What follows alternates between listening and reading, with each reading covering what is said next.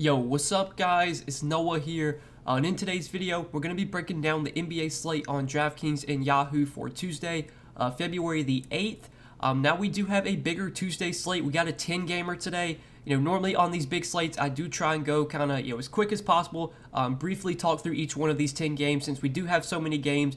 There will be games that, we don't spend as much time on. There will be games that we do spend more time on, talking about each team.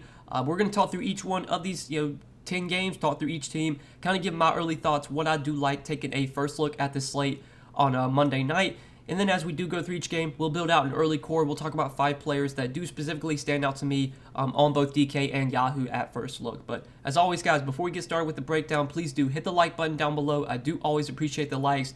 If you're new to the channel and you have not yet, please do click that subscribe button as well.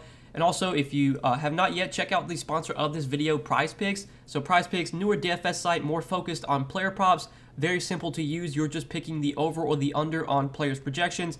A little bit different than DraftKings and Yahoo and FanDuel. You're not necessarily building out a lineup and competing against other players. It is you versus the projections. So as you can see, they do already have some stuff posted for Tuesday's NBA slate. Have a lot of point projections posted. They have assists, rebounds, points, rebounds, assists added up all together. They have 3-pointers made. They'll add fantasy point projections as well. They usually post those early in the morning. You can take a look at their entire board, make some picks for Tuesday's NBA games, potentially win up to 10 extra money on PrizePicks. If you guys have not signed up over there, make sure get over to PrizePicks, use code NOAH when you do, and PrizePicks will give you a 100% match up to $100 when you do sign up with my promo code. And if you guys want my favorite plays on PrizePicks each day, along with the entries that I am playing myself, that I am putting my own money on, I give those out on Patreon. If you're interested in becoming a Patreon member, that is linked down below in the description. You can get access to all of my PrizePicks plays, along with all of my updated DFS content. You can get in our Discord chat as well. That's all available for Patreon members. So, check that out. Link down below if you are interested. But let's go ahead and take a look at Tuesday's big 10-game slate. And we're going to, again, try and go briefly, just kind of quickly talk through each one of these 10 games. Starting off with Phoenix and Philadelphia. So looking at Phoenix today, second half of a back-to-back for the Suns here. I think on this slate specifically, looking at Phoenix, Chris Paul and Devin Booker are really the only two guys that stand out to me. CP3 and Booker right now, their roles are just so good. Like they're playing 36 to 40 minutes in close games. Chris Paul wasn't great on Monday night against the Bulls, but 34 minutes, 41 DK points. His minutes have just been really good lately. In a game against the Sixers that you would expect to stay close, I think we do get big minutes from Chris Paul once again. So I think Chris Paul is viable, more of a tournament play. I think Devin Booker looks really appealing. Devin Booker's minutes have also been really high. He's been playing a little bit more than CP3 has. Devin Booker, a little bit of a lower floor option than Chris Paul. Chris Paul is someone that can contribute, with assists. He can get some rebounds as well. Booker is a little bit more scoring dependent, but with how good his usage has been lately, just the minutes have been there, with how many shot attempts he's taken, I think Devin Booker looks like a pretty appealing pay-up option on this slate. We're going to have to wait and see what kind of value opens up as the day goes on, if we do get any value. Right now, there really isn't much value that stands out, even on this big slate. That could obviously change as the day goes on, but I think Devin Booker as a pay-up option looks pretty appealing at 9,300. He is someone I do have a good amount of interest in on both sides. If you want to play him on Yahoo, I think at the shooting guard position, he looks like one of the better shooting guard plays on Yahoo. I like Booker quite a bit today. Just think, with how many minutes he's playing, with how much usage he's getting right now, him and CP3 are both viable. The rest of Phoenix, I'm not really interested in. Ayton at 7,100, I could see doing well. The matchup against Embiid's not great, but they're going to need Ayton out there as much as possible. Ayton's minutes have not been that good lately, but I think in the spot going up against Joel Embiid, they're probably going to match Ayton's minutes with Embiid. So, we might get 30, 32 minutes from Ayton today. I guess he's an okay play, but the guards are what really stands out from Phoenix. And then on the Philadelphia side, I think Joel Embiid here at 12K, really expensive price tag for Embiid, but he's just been so good lately that I still don't have an issue with him. I don't think Ayton's really going to slow him down. Ayton's really never been that stout of a defender. The only issue with Embiid is that, it is a 10-game slate, and we do have a lot of pay-up options. You have Jokic on the slate. You have Luka, who's been playing really well. You got Giannis against the Lakers. You got Harden playing without Kyrie and without KD. So there's just a lot of other pay-up options. I think Joel Embiid will be very low owned today. So in tournaments, it's fine to go there. He's the only guy that I really like, though, from Philly. I don't see too much else that stands out on the Sixers team. So we can move on to the next game, Indiana and Atlanta.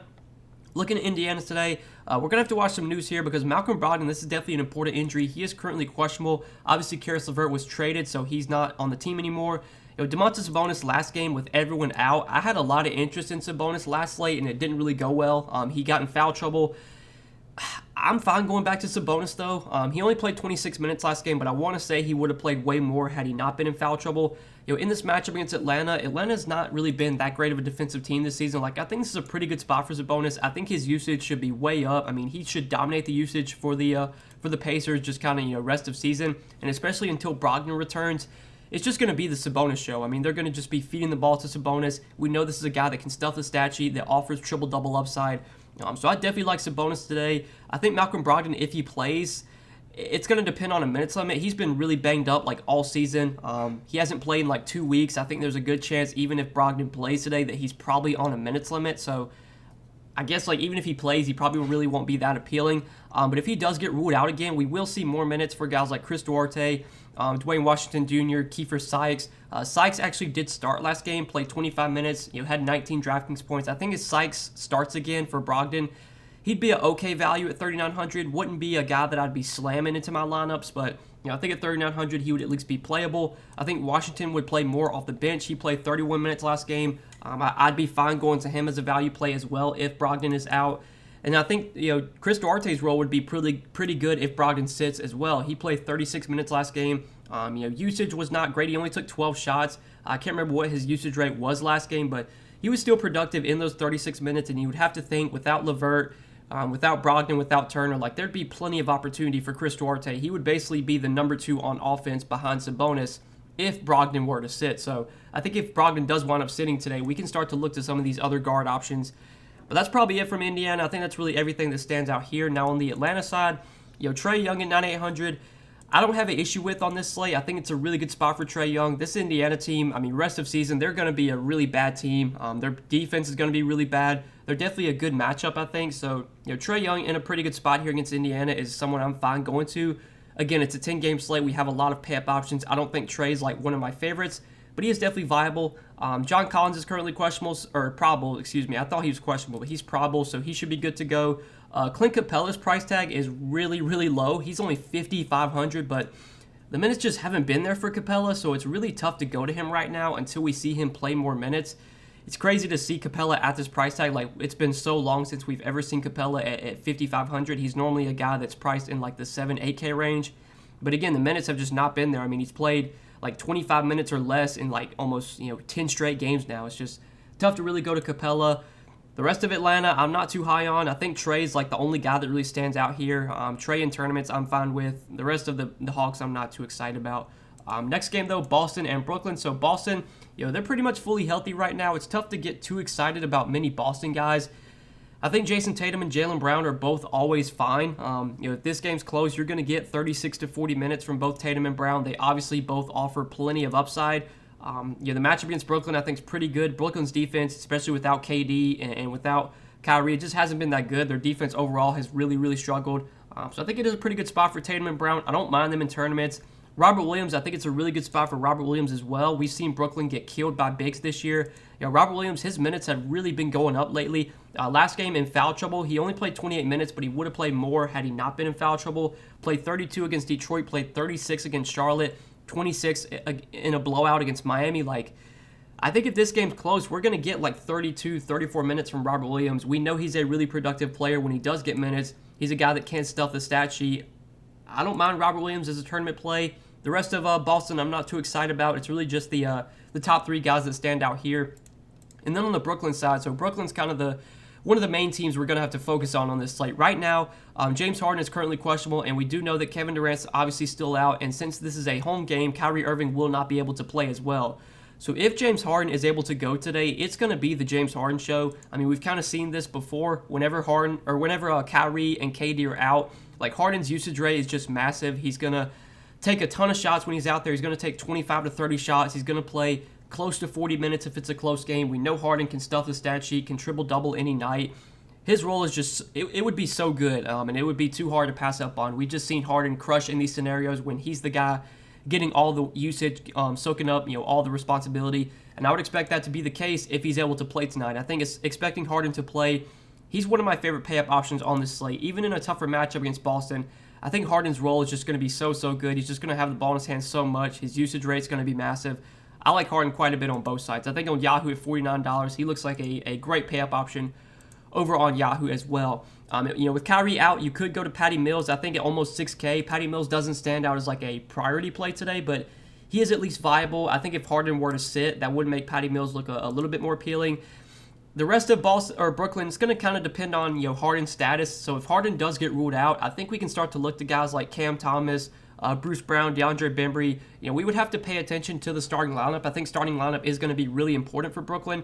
We do know that LaMarcus Aldridge is going to be out again. Nicholas Claxton is currently questionable. Last game with Aldridge and Claxton both out, they actually did start Blake Griffin at center, and Blake Griffin actually played a pretty good game. He played 30 minutes and had 29 Draftkings points. If by some chance Claxton's out again, I'd expect Blake Griffin starts at center again. If Blake Griffin starts at center, he's going to be a pretty good value at 4,600, I would have to say. James Johnson has been starting lately, and he's really, really cheap, only 3,600 now. His production has kind of been up and down. He's had some good games. He's also had some really, really bad games. But without Kyrie, there's going to be more usage available. Obviously, we expect Harden to really dominate the usage. But it wouldn't be surprising to see a guy like James Johnson do well, or some of these other Brooklyn pieces. I think Brooklyn is going to be a team we probably want to target outside of Harden, just because I think there is going to be value here. I think James Johnson starts and plays probably 30 minutes. Without Kevin Durant, he's kind of been filling in for KD in terms of his minutes. He's been starting at power forward. At 3,600, especially with there being like minimal value on this slate right now, I think James Johnson kind of as a first look value is someone that I am fine going to. He's really cheap on DraftKings. He's minimum salary on Yahoo. I do like James Johnson quite a bit on both sides, just kind of taking a first look at this slate. And then the rest of Brooklyn, again, going to kind of depend on Harden's status. If Harden plays, I don't know if I'd go to anyone else, but guys like Cam Thomas, Bruce Brown, Bembry, these guys start to become viable if Harden sits. We'll have to pay attention to what the starting lineup is for Brooklyn. That's going to be really important as well. But Brooklyn is for sure going to be a team we kind of want to look to on this slate. But next game, we'll talk about Clippers and Memphis. So looking at the Clippers today, not a team that I have a ton of interest in. Norman Powell now with the team, Robert Covington now with the team. Both guys came off the bench last game. I don't know if Powell and Covington are going to come off the bench rest of season, or if they're going to be inserted into the starting lineup at some point. With Powell and Covington now on the team, I think that does kind of hurt the upside a little bit for guys like Marcus Morris and Reggie Jackson. We kind of know when it comes to the Clippers, Ty Lue, he's going to ride the hot hand. Whoever's playing really well, that's who he's going to give big minutes to. We saw Marcus Morris play well last game, had 39 DK points in 30 minutes. They got blown out by the Bucks. If this game stays close, I think a guy like Marcus Morris does offer upside, but man, there really isn't much that stands out from the Clippers today. I don't see too much I really like here. Honestly, this is a team I think we can almost just kind of avoid for the most part. And then on the Memphis side, looking at the Grizzlies, so Ja Morant, 10,100. I think Ja totally fine to go to on this slate. Ja he's been amazing this year, and he's been amazing as of late. Been playing at just an elite level. He's been getting massive minutes on a nightly basis. His scoring has been way up. His shot attempts have been way up. You look, he's taken at least 20 plus shots now in what's been like, I don't know, maybe 10 straight games or something. It looks like almost 10 straight games now with at least 20 shot attempts for Ja. Again, the minutes have been way up. He's been playing like 36, 38 minutes in close games. The Clippers, they're not a very good team, but I think this game does stay close to where we do get full minutes from Ja. So in tournaments, I'm fine going to Ja on this slate. He's the one guy that I think does stand out for Memphis. Desmond Bane and Jaren Jackson, none of these guys really stand out to me. Steven Adams, I'm not that interested in. I think for Memphis, it's really just Ja, and that's it from the Grizzlies. So next game, Houston and New Orleans. Looking at Houston today, there are some guys I do kind of have some interest in from Houston, starting off with Christian Wood at the top. Christian Wood, we kind of know the deal with him. If it's a close game, he is going to play pretty big minutes. He's going to play 35, 36 minutes. He's been a pretty inconsistent player this year, but he always does offer upside in games that Houston can keep close to where Wood plays his full minutes. I wouldn't be surprised to see Wood do well here. Does he stand out on a 10-game slate? I don't think so, but he's playable. Kevin Porter Jr., though, I do like quite a bit. So Kevin Porter Jr. is only 5,600, and kind of similar to Christian Wood. If this game is close, we expect Kevin Porter Jr. to play 34, 35 minutes. He got 34 minutes last game. Wasn't super productive, only had 27 DraftKings points, but so far this season on a point-per-minute basis, KPJ has been around a fantasy point-per-minute player, and if we expect him to play, low to mid-30s minutes, at 5,600, I think he can easily give us 30-plus DraftKings points and be a pretty solid play at his price point. Now, again, these are my first look at this slate. Nothing set in stone, but for right now, I think KPJ kind of as a first look option. He does stand out as being a little bit too cheap today. $5,600 on DraftKings, and if you want to play him on Yahoo, I think at $22 over on Yahoo, he is definitely viable over there as well. And then another guy I want to mention is Şengün. So with Eric Gordon out last game, that we actually did see the Rockets go big and play Şengün alongside Christian Wood. Şengün did get into foul trouble last game, but he still played solid minutes, 25 minutes. Şengün's always been a really productive player. So far this season, he's been a guy that has been productive when he's gotten minutes. He's averaged over a fantasy point per minute. I would expect that if Şengün starts again, he probably plays close to 30 minutes. He's 4,500. The price has gone up a little bit, but I still think Şengün looks like a pretty good value play today if he does wind up starting again. Now, if Eric Gordon plays, I would expect that Şengün probably goes back to the bench. In that case, I wouldn't be as interested. I would basically be off of Şengün. But for now, expecting Eric Gordon to be out again, I think Şengün at 4,500, if he starts, is a guy we can look to for value. And he's really cheap on Yahoo, so I definitely like him over there. Only $11 at the center position. Again, if Şengün starts, he's someone that I'm going to be looking to as a value play. And that's probably it from Houston. I don't see too much else I really like here. So on the other side, looking at the Pelicans, Brandon Ingram, J-Val, two guys that, again, if this game's close, we're going to get like 36, 38 minutes from each, or 36 minutes from Ingram. I don't know about J-Val. J-Val's minutes haven't been as high lately, but if this game's close, we should expect like 36, 38 minutes from Brandon Ingram. He was really good last time these teams played. In their last game, he played 36 minutes, had 63 DraftKings points. The matchup is really good. Houston does play really fast. They're not a good defensive team. I think the price tag on Ingram, it's gotten to a point where he doesn't really stand out anymore at 9,200, but it wouldn't be surprising to see him have another big game just because of how good the matchup is. I think Ingram is at least viable. Same could be said for J-Val. I did have a lot of interest in J-Val last slate. Was pretty disappointing, fouled out in 27 minutes. The matchup for J-Val, though, I do like quite a bit. Houston, again, not a good defensive team. Overall, I think this is a spot that J-Val should have plenty of success in. So if you want to go to J-Val in tournaments, I think that's fine as well. The rest of the Pelicans, though, I'm not really interested in. I think it's just Ingram and J-Val, and that's it from New Orleans. So next game, Detroit and Dallas.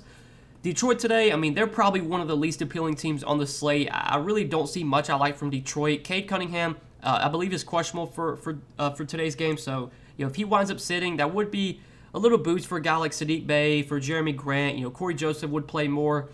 But I don't really want to be rostering Pistons on a 10-game slate. I don't think this is a team I'm really going to have much exposure to at all. If I was playing one lineup today, I doubt I would be getting to any Pistons unless news changes some things.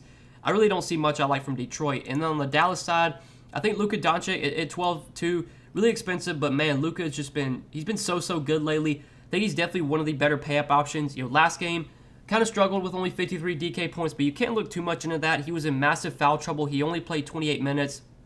We've seen, the last few games, Luka's been getting close to 40 minutes in close games, and I think if this game does stay close, which is kind of a big if, obviously Detroit's really bad, but if this game does stay close, we probably get close to 40 minutes from Luka at 12-2. I think Luka's definitely in play on the slate. For sure, someone you can look to.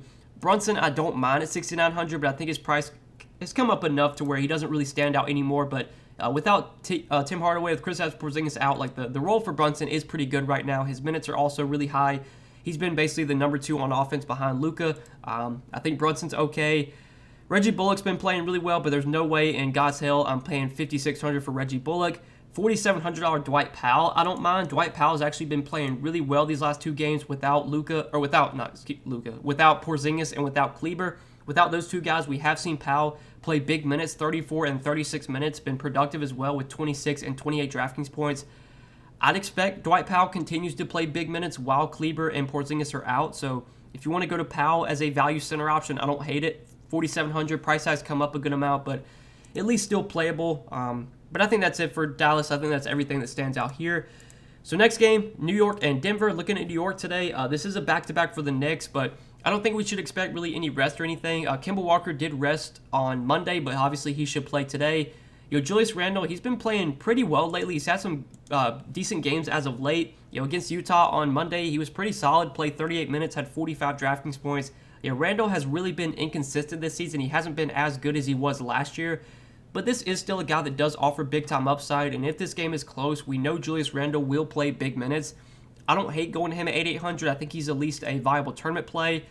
RJ Barrett, another guy that always offers big-time upside if he's playing well. It's just that we have seen a pretty low floor on RJ Barrett, but again, in Monday's game against Utah, it was a close game, and RJ Barrett played 43 minutes.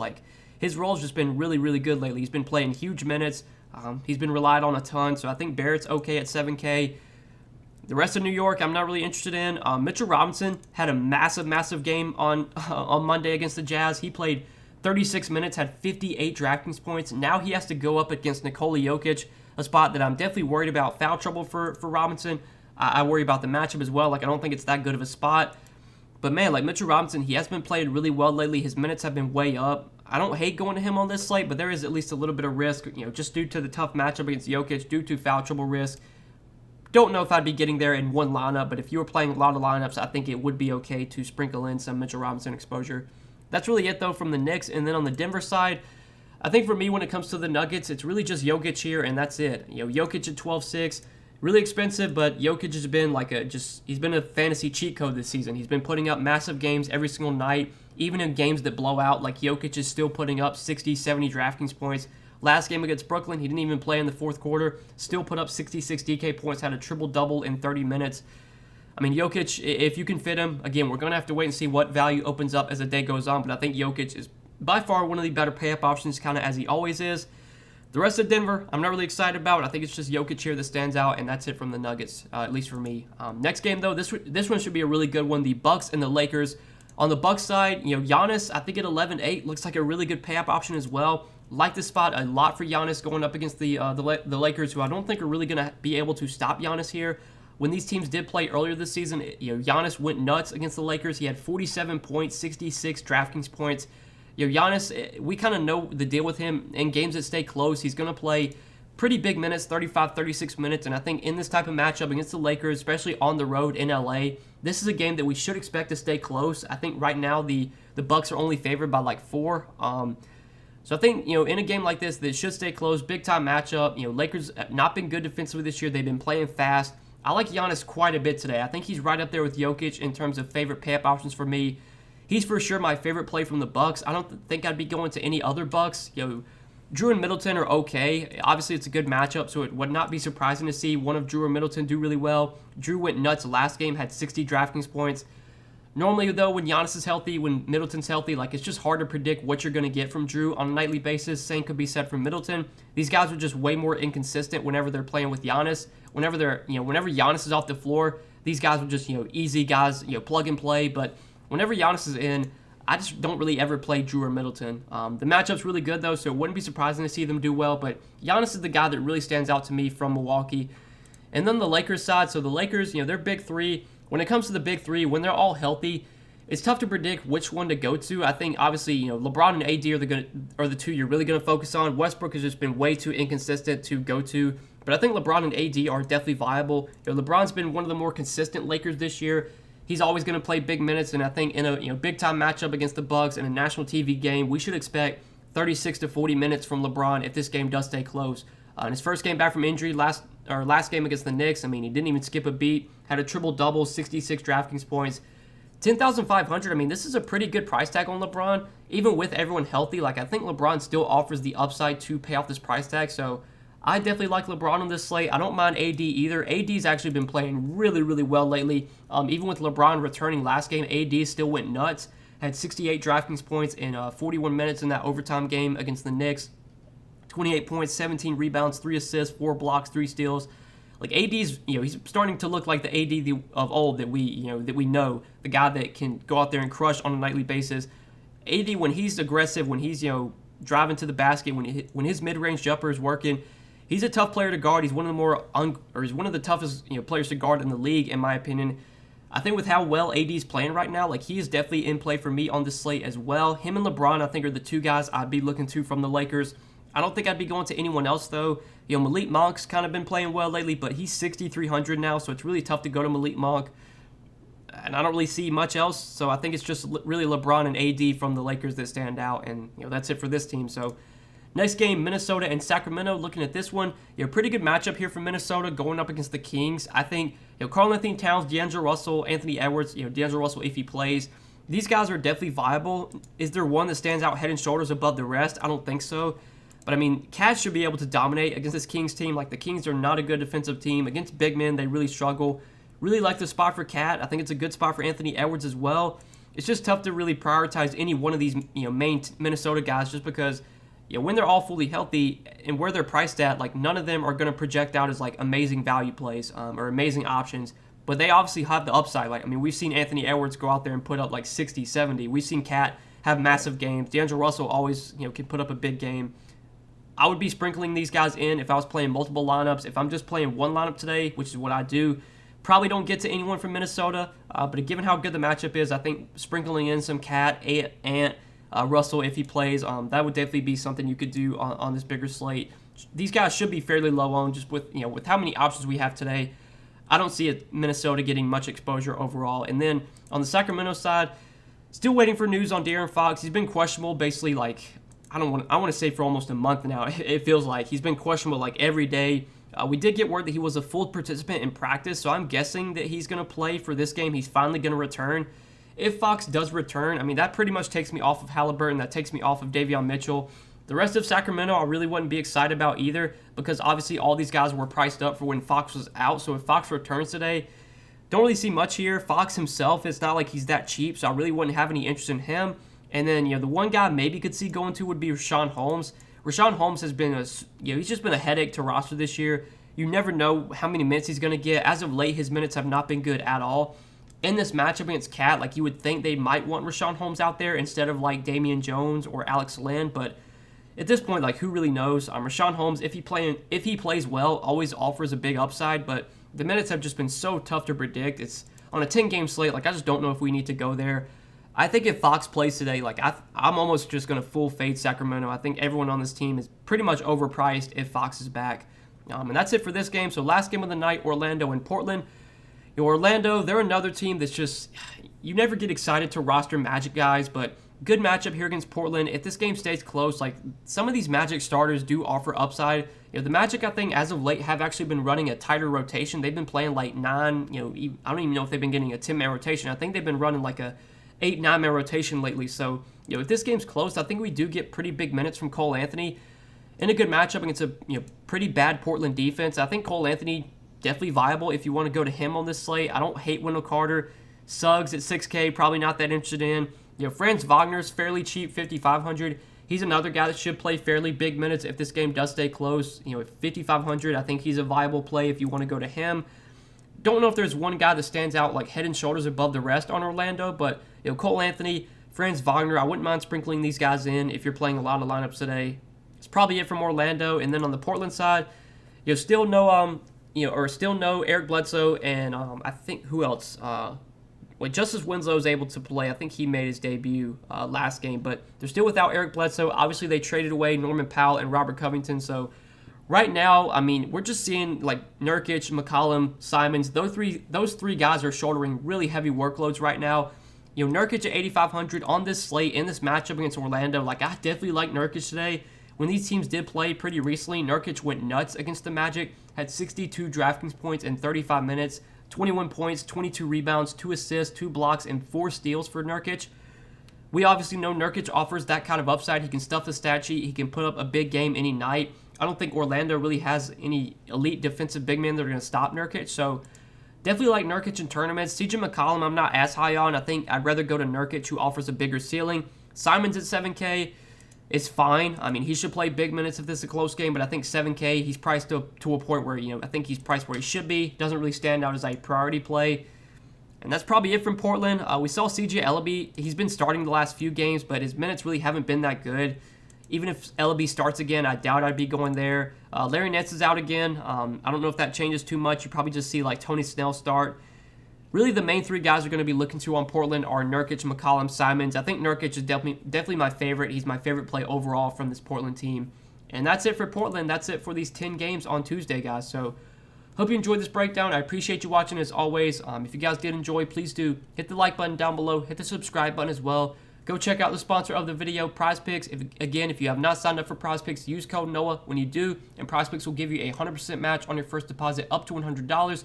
You can take a look at their board for Tuesday's NBA games, make some picks for yourself, potentially win up to 10 extra money. Just make sure when you sign up, you use that code. That way you get your first deposit matched up to $100. And if you guys do want my favorite plays on PrizePicks each day, along with the entries I'm playing myself, I give those all out on Patreon. You can check out all the content I offer on Patreon that is linked down below in the description. But that's it, guys. Best of luck on this big Tuesday slate. Hope you enjoyed the video. We will see you in the next one.